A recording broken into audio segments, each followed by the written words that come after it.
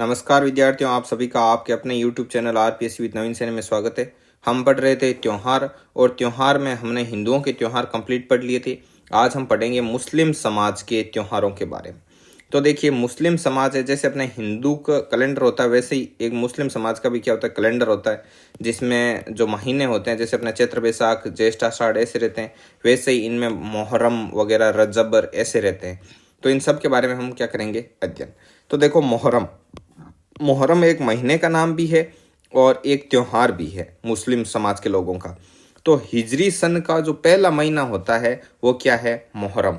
और मुहर्रम आता है लगभग किसमें, नवंबर में। अपना जब नवंबर रहता है ग्रिगोरियन कैलेंडर का, तो उसी समय क्या होता है, मुहर्रम।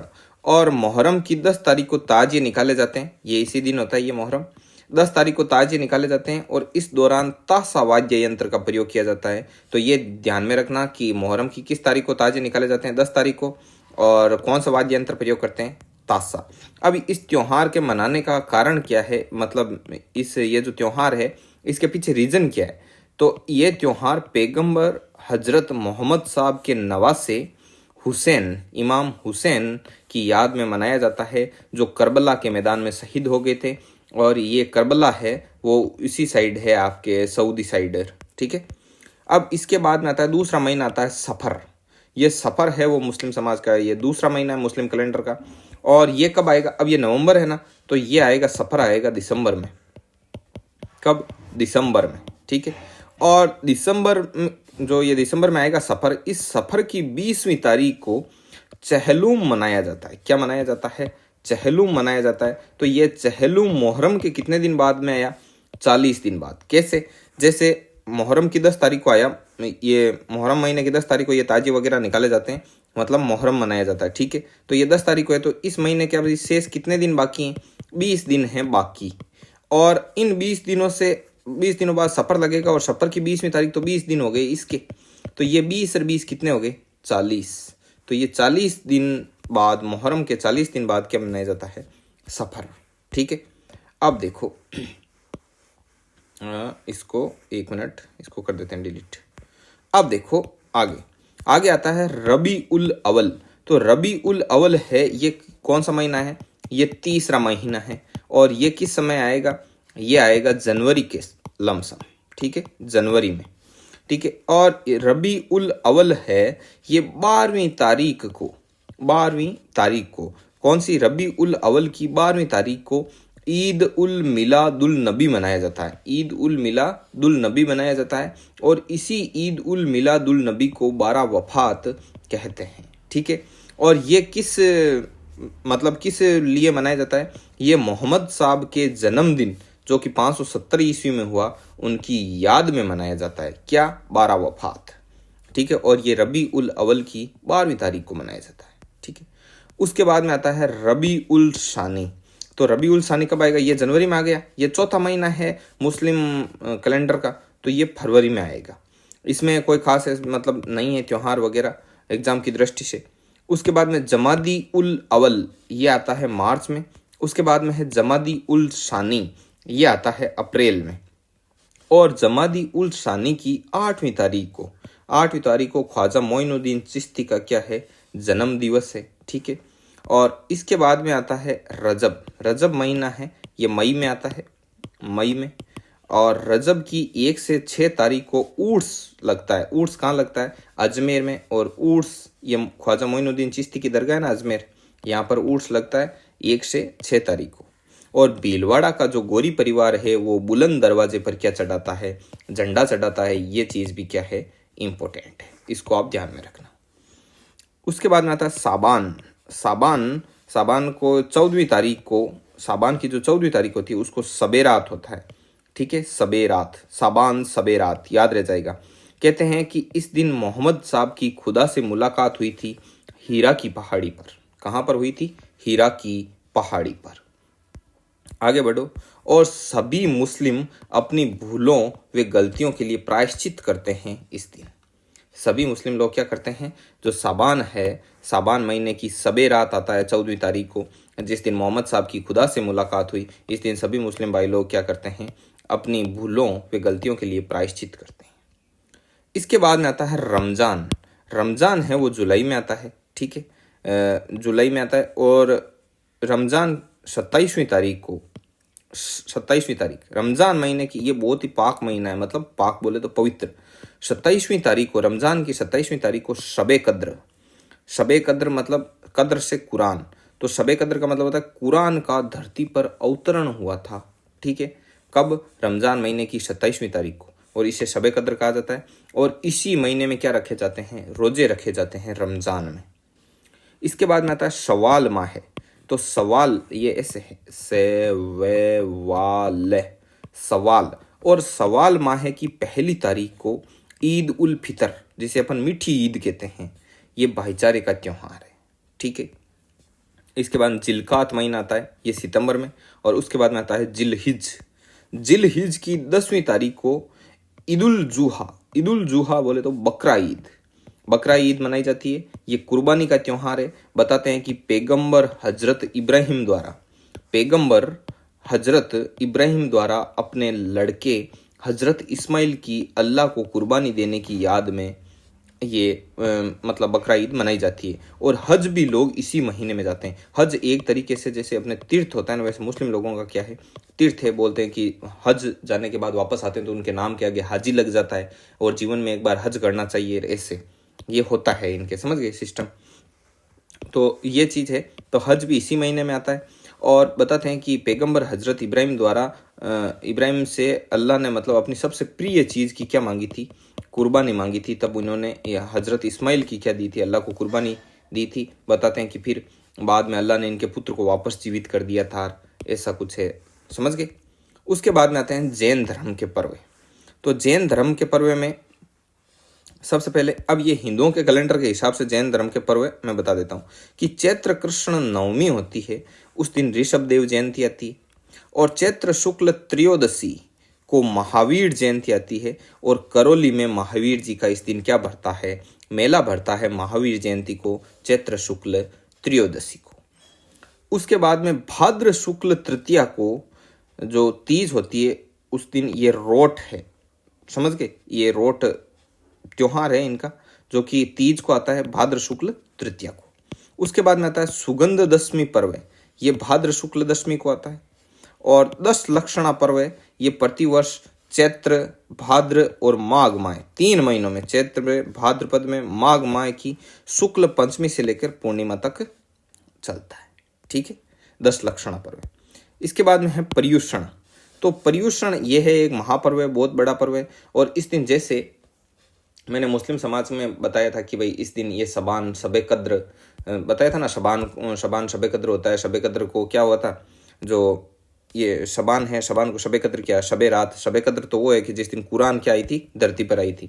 तो जो शबे रात है, शबे रात को मोहम्मद साहब की खुदा से मुलाकात हुई थी। इस दिन सभी लोग, अपनी मुस्लिम लोग क्या करते हैं, अपनी भूलों व गलतियों का प्रायश्चित करते हैं। उसी प्रकार जैन धर्म में, एक सेकेंड, ये क्या हुआ, एक सेकेंड, उसी प्रकार से जैन समाज के इस पर्युषण पर्व है, पर्युषण का मतलब होता है, पर्युषण का शाब्दिक अर्थ है निकट बसना, और ये महापर्व है जैनियों का। इस दिन जो जैनी लोग होते हैं, वो जैन समाज के लोग, वो क्या करते हैं, क्षमा याचना करते हैं, अपनी जो गलतियां थी उनका क्या करते हैं, प्रायश्चित करते हैं, माफी मांगते हैं उनके लिए खुद मालिक से, ठीक है। अब देखो, इनमें जैन समाज में 2 होते हैं, दिगंबर और श्वेतांबर। श्वेतांबर का मतलब होता है श्वेत अंबर, अंबर का मतलब कपड़ा, जो श्वेत कपड़े धारण करते हैं जैन समाज में, वो क्या कहलाए, श्वेतांबर। और दिगंबर, दिगंबर का मतलब होता है दिक धन अंबर, दिक मतलब दिशाएं, जिनकी दिशाएं वस्त्र है, मतलब वो वस्त्र पहनते ही नहीं है, वो आते हैं दिगंबर। तो दिगंबर है वो पर्युषण को भाद्र शुक्ल पंचमी से चतुर्दशी तक मतलब मनाते हैं। और जो श्वेतांबर होते हैं वो भाद्र कृष्ण द्वादशी मतलब 12 से पंचमी तक मनाते हैं, भाद्र शुक्ल पंचमी तक, ठीक है। इसके बाद में आता है पड़बा ढोक। पड़बा ढोक है वो अश्विन कृष्ण एकम को मनाया जाता है। और दिगंबर जैन समाज का ये क्षमा याचना क्या है, पर्व है, पड़बा ढोक। उसके बाद में आते हैं सिंधी समाज के पर्व। अब देखो, इनमें जैसे जहां समझने लायक होगा मैं बता दूंगा कि इसको समझ लो, बाकी आपको याद रखना है, समझ गए ना। सीधा सा है कि भाई फैक्ट है, वो याद रखना है, सीधे सीधे पूछेंगे। इसमें है चालीहा महोत्सव, चालीहा महोत्सव, ठीक है। और 16 जुलाई से 24 अगस्त तक होता है ये चालीहा महोत्सव। सिंध के बादशाह थे मृग शाह। सिंध के जो बादशाह मृग शाह के जुल्मों से परेशान होकर लोगों ने 40 दिन तक क्या किया था, व्रत किया था। तो 40वें दिन झूलेलाल जी का अवतरण हुआ। अवतरण का मतलब सीधा अवतार लेना, ऐसे पैदा नहीं होते, सीधा क्या लेते हैं, अवतार लेते हैं, प्रकट होते हैं, ठीक है। अवतरण हुआ और झूलेलाल जी ने इस मृग शाह को मारकर यहाँ के लोगों को इसके जुल्मों से क्या कराया था, आजाद। इसके बाद में चेटी चंड।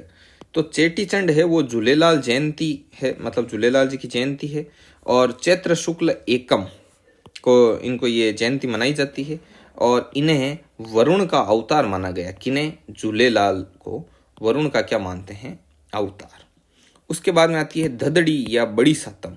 तो धदड़ी बड़ी सातम है वो भाद्र कृष्ण सप्तमी को आती है, ठीक है। और सिंधी समाज का बाशोड़ा है ये। बाशोड़ा जैसे अपने होता है ना शीतलाष्टमी को हिंदू समाज में कि भाई इसी दिन वो बाशोड़ा होता है, उस दिन वो भोजन बनाते नहीं है, दूसरे दिन वो रात का बनाया हुआ खाना खाते हैं, वैसे ही ये सिंधी समाज का क्या है, बाशोड़ा। उसके बाद में असु चंड पर्व। असु चंड पर्व को झूलेलाल जी द्वारा क्या किया गया था, अंतर्धान हो गए थे। झूलेलाल जी द्वारा अंतर्धान है असु चंड पर्व को, तो ये है। इसके बाद में है ईसाई समाज के त्योहार। तो ईसाई समाज के क्या क्या त्योहार है, तो ईसाई समाज के क्रिसमस आता है 25 दिसंबर को, बताते हैं इस दिन ईसा मसीह का क्या हुआ था, जन्म। नव वर्ष, तो ईसाइयों का नव वर्ष 1 जनवरी को आता है, ठीक है। और ईस्टर, ईस्टर को बताते हैं ईसा पुनर्जीवित हुए थे। 2 मार्च से 22 अप्रैल के बीच जो पूर्णिमा आती है उसके ठीक बाद वाले रविवार को क्या मनाते हैं, ईस्टर मनाते हैं। 2 मार्च से 22 अप्रैल के बीच जो पूर्णिमा आएगी और उसके ठीक बाद में जो रविवार आएगा उस दिन क्या मनाएंगे, ईस्टर। और ईस्टर को ईसा पुनर्जीवित हुए थे। तो देखो इसमें ये स्टोरी क्या है, थोड़े से समझना। देखो गुड फ्राइडे, गुड फ्राइडे मतलब ईस्टर से पहले वाला शुक्रवार आता है ना। अब ईस्टर कब है, ईस्टर मैंने बता दिया कि भाई ये 2 मार्च से 22 अप्रैल के बीच में जो पूर्णिमा आएगी उस पूर्णिमा के बाद में जो आएगा रविवार उसको मनाते। अब हुआ क्या था, गुड फ्राइडे को मतलब ईस्टर से पहले वाले शुक्रवार को ईसा को सूली पर चढ़ा दिया गया। तो ईसा ने क्या किया, मतलब जो सूली पर चढ़ाने वाले थे उनको भी माफ कर दिया कि भाई हे मालिक ये नादान है, इनको पता नहीं है कि ये क्या कर रहे हैं, तो इनको इनकी गलतियों के लिए क्या करना, क्षमा करना। तो बताते हैं कि ईसा को जब सूली पर चढ़ा दिया तब ईसा ने जब उनको भी माफ कर दिया जिन्होंने इसे सूली पर चढ़ाया, तो मालिक ने शुक्रवार को तो इनको सूली पर चढ़ाया और इसके 2 दिन बाद मतलब रविवार को, 2 दिन बाद रविवार को इन ईस्टर को क्या कर दिया, मतलब रविवार को ईसा मसीह को क्या कर दिया, पुनर्जीवित कर दिया। और ये वही रविवार है, इसको ईसा पुनर्जीवित हुए और इसे क्या कहते हैं, ईस्टर। तो ये ईस्टर से हो गया पहले वाला शुक्रवार। और ईस्टर कब मनाया जाता है, देखो ईस्टर से पहले वाला शुक्रवार और ईस्टर कब मनाया जाता है, रविवार को। तो रविवार को बोलते हैं ईस्टर और ईस्टर से पहले वाला शुक्रवार मतलब 2 दिन पहले आता है ये गुड फ्राइडे। इसके बाद में आता है असेन संडे। असेन संडे बताते हैं कि ईस्टर के मतलब इस रविवार के 40 दिन बाद में ईसा स्वेच्छा से मतलब अपने स्वयं की इच्छा से कहाँ लौट गए, स्वर्ग लौट गए। इसके बाद में है सिखों के त्योहार। सिखों के त्योहार बहुत ही वीर जाति है सिख। तो सिखों के त्योहार गुरु नानक जयंती आती है कार्तिक पूर्णिमा को, ठीक है। और गुरु गोविंद सिंह जयंती आती है पौष शुक्ल सप्तमी को। और लोहड़ी मनाई जाती है 13 जनवरी को, नई फसल पकने की खुशी में ये लोहड़ी मनाई जाती है। और वैसाखी आती है 13 अप्रैल को, ठीक है। तो ये मतलब सिखों के क्या हैं, प्रमुख जैसे ये त्योहार है। तो भाई देखो जो फैक्ट है उन फैक्ट को सीधा रटना है, याद रखना है उनको। बार बार जितनी बार आप रिवाइज करोगे उतने ही ज़्यादा ये फैक्ट आपके क्या होते जाएंगे, मेमोरी में स्टेबल होते जाएंगे। तो इस चीज़ का आप विशेष ध्यान में रखना। और ये जो PDF है, ये PDF आपको मिलेगी टेलीग्राम पर। और टेलीग्राम का जो लिंक है वो डिस्क्रिप्शन में दे रखा है। उस डिस्क्रिप्शन में उस लिंक को क्या कर लो, ज्वाइन कर लो। उसमें आज से आज तक जैसे हिस्ट्री के अपने 42 वीडियो अपलोड है, ठीक है। साइकोलॉजी के भी कुछ वीडियो अपलोड है और वीडियो लगातार अपलोड किए जाएंगे। कल्चर के जो ये अपना वीडियो चल रहा है ये 26 नंबर का वीडियो है। इतनी क्लासें मतलब अभी तक अपलोड की जा चुकी है यूट्यूब पर। और ये सब प्ले लिस्ट में जाकर आप इन सभी क्लासों को देख सकते हैं, ठीक है। और आप यदि टेलीग्राम का ये लिंक ज्वाइन करते हैं तो इस टेलीग्राम पर इन सभी वीडियो के, ये जितने भी वीडियो, इन सभी के लिंक और प्रत्येक वीडियो के लिंक, जो वीडियो है उस वीडियो में क्या पढ़ाया गया उसकी नीचे PDF दे रखी है टेलीग्राम पर। तो आप टेलीग्राम जरूर से जरूर ज्वाइन करें। और भी यदि आपकी कोई इंक्वायरी हो, आपको कुछ पूछना हो, तो इस पर आप क्या कर देना, मैसेज डाल देना। ठीक है, ये हमारा व्हाट्सअप नंबर है। ठीक है विद्यार्थियों, तो मिलते हैं नेक्स्ट वीडियो में। तब तक के लिए जय हिंद, जय भारत।